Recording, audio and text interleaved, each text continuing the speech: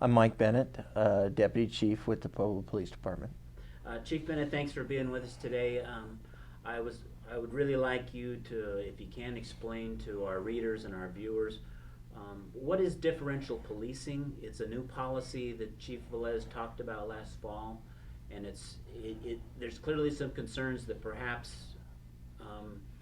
officers aren't coming to every call the way they once did, and please, if you would explain how it's working. Sure. It came up last night at the town hall meeting that there's obviously some confusion or miscommunication about the difference between differential response and prioritized calls.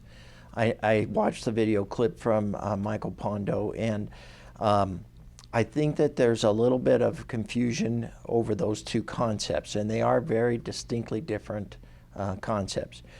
Prioritized calls are something that every dispatch center does. We receive far more 911 calls than we can possibly respond to, and so dispatchers are trained to prioritize those calls based on what the caller says.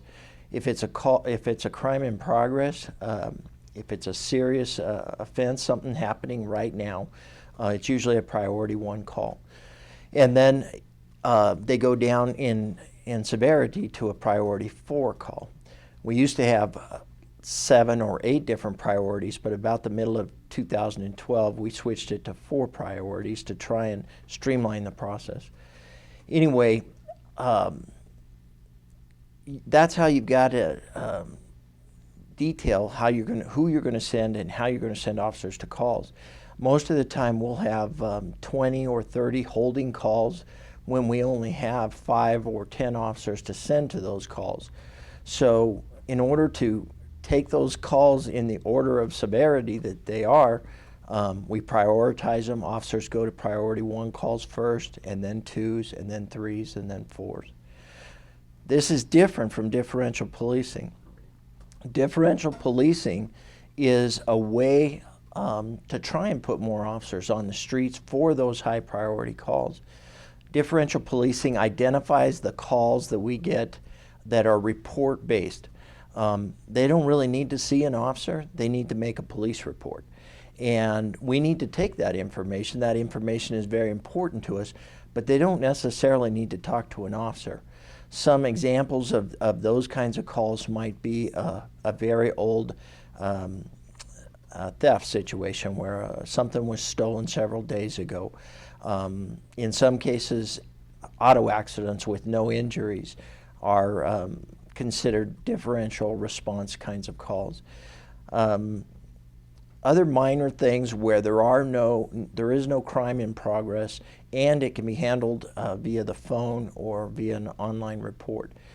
That is where we have tried since January 1 of this year to detail those calls out to either online or telephone reporting, which frees up the officers to respond to priority 1 calls. From your perspective, has that been effective in terms of freeing up manpower to go to more important calls? It has, and I have some handouts for you, but we have stats for the first 4 months of this year, and so far there are 257 instances in which we took a call and said, you know, this can be better handled through the phone or through online than sending an officer. That's only about 2 calls a day. And I have the list of what kinds of calls those are, but in most cases it's a theft that's old, that happened several days ago, or a property damage, somebody broke a window, you're not sure who did it, those kinds of things. So from your perspective, you're still sending officers to most calls? Oh, absolutely. Okay. Absolutely. Very few calls are subject to differential response. Then let's talk a little bit about what happened over the weekend, and from your perspective, you can respond to some of the complaints that came out at the town meeting that somehow the police weren't responding sufficiently fast. Sure. And I think there was some confusion there. People believed that differential response played a role in the lengthy response that it took us on that attempted child abduction on Friday. It had nothing to do with it. That kind of call will never be subject to a differential response, because even though it wasn't in progress, it was a crime against a person. That's just not what differential response is designed for. Now, it was a prioritized call in that it was not a priority one call, which means it was not still in progress. This was one of those cases, as most people can imagine, Friday afternoons are some of our busiest periods, and all of the officers that were on duty were out on other calls, other very high priority calls. I gave some examples last night, and I don't have exact specifics, but I know that we had a very serious car crash at the same time. We had a fully engulfed house fire. There was an attempted robbery. And so our officers were handling those calls, and they had every intention of responding to this attempted abduction. It just, we didn't have somebody free at the moment. And it didn't go to the head of the list because it had already occurred? Well, it had already occurred, and we knew that the boy was safe, that the child was not in danger anymore. Okay. Of course. Had the child been taken, Oh, absolutely. then everyone would have broken. Then people would have broken off the other calls. It would have rocketed to the top of the list, and we would have pulled people off of other calls that they were on to address that situation. I mean, a missing child, much less an abducted child, is one of our highest priority calls. When we have a missing child, and we have them almost daily, we pull every officer, unless they're on a priority one call, they get pulled to go look for that child. It's one of our most important calls. Good. I'm glad you made that point. I think counsel was a little surprised last night when you told them that the series of calls that had occurred on the east side in the last few weeks that you thought maybe had helped foster this situation that occurred Sunday with people chasing a suspect. You told them that they weren't all that unusual, that was actually sort of the normal case flow of you do have indecent exposures, you do have sexual assaults that happen at a particular frequency around town. Could you talk about that a little bit? Sure. I mean, it's never something you really want to admit that crime occurs regularly, but it does. And not just on the east side, and not just on the west side, and not just in University Park. It occurs everywhere, and we deal with it as fast as we can and as effectively as we can. But as I said last night, to isolate 3 calls in the month's time for the east side, it's not abnormal. We keep stats significantly on what kinds of crimes we have occurring, when and where, and unfortunately sexual assaults happen. The indecent exposures, exactly as you said. In a lot of cases, I mean, if you pulled a business owner on the Harp or downtown on Union, they'd tell you that they have guys urinating in the alley several times a week. That's an indecent exposure. We respond to those every day. Talk a little bit, if you would, Chief, about the reality of your staffing. How many officers are out on a patrol shift at a given time? And I think counsel was surprised to hear that, from your perspective, they're usually already engaged when a call comes in. And Sure. how many folks have you got on patrol at a given time? Well, it gets a little bit complicated. We adopted a 10-hour shift a little more than a year ago. There's pros and cons to 8 hours versus 10 hours, but here's the rough breakdown of our officers. Several years ago, we were authorized at 207 sworn officers. We've never really been at that number. We're unfunded and frozen for 14 of those positions. That brings us down to 193 right there. We also have 10 additional positions where they're in training right now. We started an academy several months ago, so that brings us down to less than that. And then we have about 20 officers off right now for a variety of reasons, either long-term injury, pregnancy, military leave, those kinds of things. Those are positions that we can't consider vacant, right, because they're still on the payroll, but they're not helping us. They're vacancies from our perspective. Ideally, the patrol division or bureau would like to run with 100 sworn officers, 100 uniformed officers. They're not at that strength right now. They're at more like about 80. And so although 207 sounds like a lot, and then you talk about 80 for patrol, if you start breaking down the numbers, by far patrol has the most officers of any bureau or division in the department.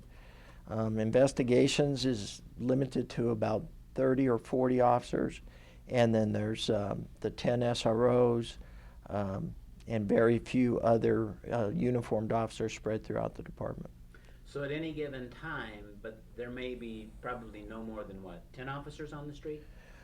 10 on patrol? Sure. You know, I think that the numbers that they strive for are at least 6 officers on each side of town. And as I mentioned last night, our town... North, south, or yes, quadrants? our town is broken into a north sector and a south sector, and the Arkansas River divides it. And then we break down into quadrants beyond that. The north side has quadrants and the south side has quadrants. I believe their goal is to have at least 6, if not more, officers on each side of town at all times. Chief, what would you say, what factors do you think went into Sunday's incident? Was it a frustration with police, or were these just random factors that came together in a strange situation where somebody thought they'd seen a suspect and then a crowd mentality took over? I think it's a little bit of both, Pete. I really do. I think there is a frustration on the victims' parts. I don't think that they felt like the police department was communicating well enough with them. We've done a lot of research into that, and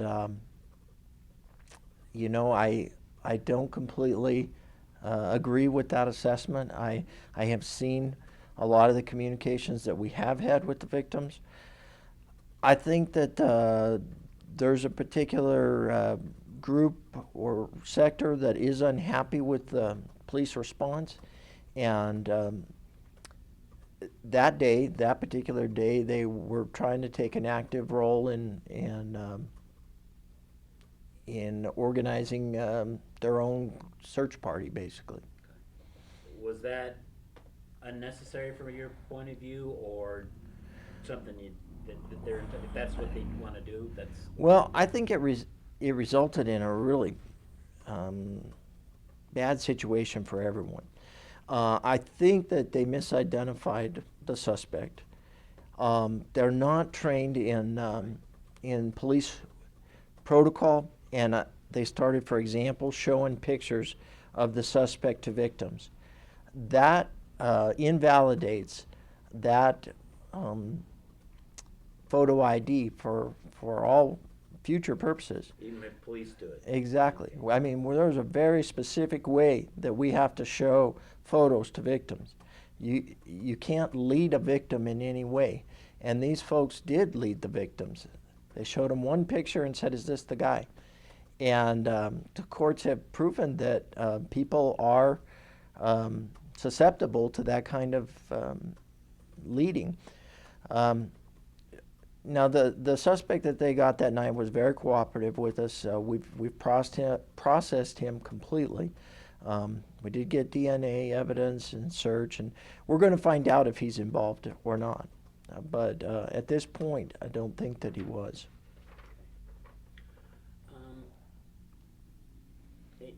You hope to add 10 additional officers this year. Talk about the budget constraints you're operating. Okay. The city's looking at a $6.5 million shortfall. Your department is having to create various budget scenarios that could mean as much as a 20% cut. Exactly. Does that mean those 10 officers may not show up? You know, I wouldn't want anybody that potentially could lose their job to hear about it through the wrong source. So I'll be careful about what I say in regards to potential layoffs or anything there. Yes, you're right. We have been instructed to prepare several budgets with 15 to 20% reductions. We've also been told that 2013 is not looking very good. that there's a shortfall there, and that we may have to reduce our budget even before the end of the year. Now, the only thing I can say is that a 20% reduction in the police department's $27 million budget is a very significant reduction. It's a $5.4 million reduction. The only way you achieve a $5.4 million reduction is through personnel reductions. So we'll have to hope for the best, and I keep hoping that sales tax revenue will go up. What would you say, Chief, to the like the lady from Mesa Junction who said, well, they're just not responding in time. I called and it took 90 minutes for an officer to come to my business. How are you doing on response time from your perspective? Well, you know, we do analysis all the time to look for what are our high call times, those kinds of things. We want to make sure that the most staffing is in place when we're receiving the most calls. And so we do those studies, and most calls come in between 4 o'clock in the afternoon and 8 o'clock at night. And then there's another big bump from 10 o'clock at night to 2 in the morning. We start our shifts with those crime stats in mind. But there is no doubt that during those peak periods, and it's every day of the week, although Fridays are our worst day, there are not enough officers to handle every call that comes in as fast as we would like to, that's for sure. It's a fact of life. And this is where I get frustrated because, yes, I understand the community and city council is concerned about response time. If we go through these budget reductions, there can only be one result of that, and that is slower response times, not faster response times. But in regards to response times, differential policing or differential response has certainly shown us over the last 4 months that response times to certain types of calls has gone down significantly as a result of that. The serious calls, a stabbing, a shooting, a domestic violence in progress, I'd have to refer to my table here for sure, but they've seen 2 and 3 minute drops in response times because they're not handling much lower priority calls. Well, that's probably part of my fault in the sense that I refer to the whole discussion over response time as to a discussion of differential policing. We will set that straight, that the department's priority system is not to be confused with this notion of differential policing, correct? Yes, sir. Okay, well, Yes. we will set that straight and stop calling one the other. Well, that'd be great. That could help you. Yeah. Nick Bonham asked me to ask you, he was over at the county commissioners today, and apparently some folks from the sheriff's department were complaining that because of a continuing dispute between the city and county over jail space, that city officers apparently took some people over to the jail who were municipal offenders, but they'd taken the trouble this time, I guess, to get warrants taken out on them for a whole range of apparently municipal offenses in order to make the jail accept them as prisoners. Anything to that?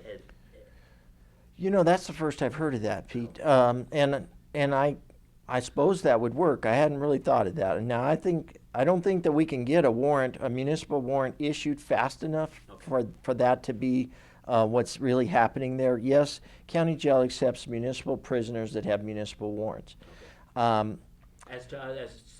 opposed to some others that they don't accept. Exactly. And we're still working that out with the county in regards to the jail issues. I know that Sandy Daff is meeting with county commissioners Thursday of this week to try, and we have drafted a tentative agreement, and we're going to present it to the county commissioners and try and work out the details so that we can get back on good terms, you know, pay what the county believes that we should pay, spell out who they will accept and who they won't, and because the agreement that we're still operating under is 30 years old, it's not applicable anymore, and so I hadn't heard that, but I don't. Well, this was a discussion at the county commissioners, I think, Okay. from the sheriff's people saying, well, you know, the cops say they don't have time to get to all the calls, but they apparently have time to go get their warrants and bring us their municipal prisoners. That's interesting. I really don't put too much credibility behind it.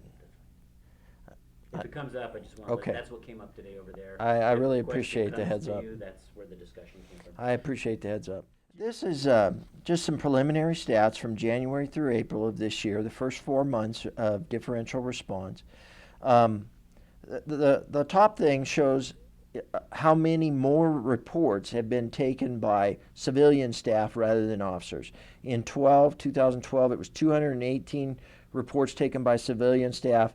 This year, 697. So a 225% increase in reports there. Any report done by a civilian is one report less done by an officer, which means that that officer has time to respond to a call. The next row shows that total of 257 times since January 1 has differential response been utilized. The next set shows the primary types of calls that differential response was applied to: property damage, theft, theft from auto, traffic accidents, things like that.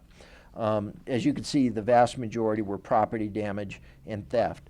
Those are going to be cases where there was no suspect information, unknown time when it occurred, that kind of thing. The next sheet kind of just outlines our response time comparing 2012 to 2013. The things I'd like to highlight are the last four. A man with a weapon has gone down from 1024 to 754, a significant reduction. Shooting, stabbing, domestic fight, they've all gone down. The response time has gone down. We believe because officers are more free to respond to those high priority calls. Because of differential policing? Differential response. Okay. Because And you've got the manpower available. exactly. It's kind of a philosophy of saving the highly trained sworn officers for highly trained types of incidents. You know, using them for their specialty. And then the last thing just shows the most common types of calls. I know that there was some concern originally about differential response because check the welfares and things like that were listed as potential differential response calls. As you can see, we haven't done that once. Where Check the welfare still gets an officer. absolutely, absolutely. But it may be a delay. Yeah, absolutely. It's going to be a low priority Low call. priority call, but you still send an officer. Yes.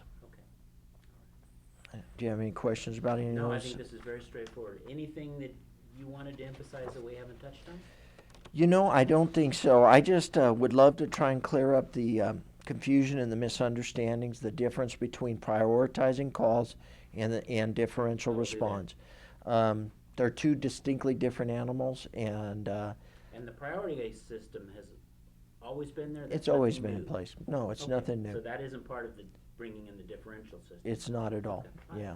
We'll make that clear then.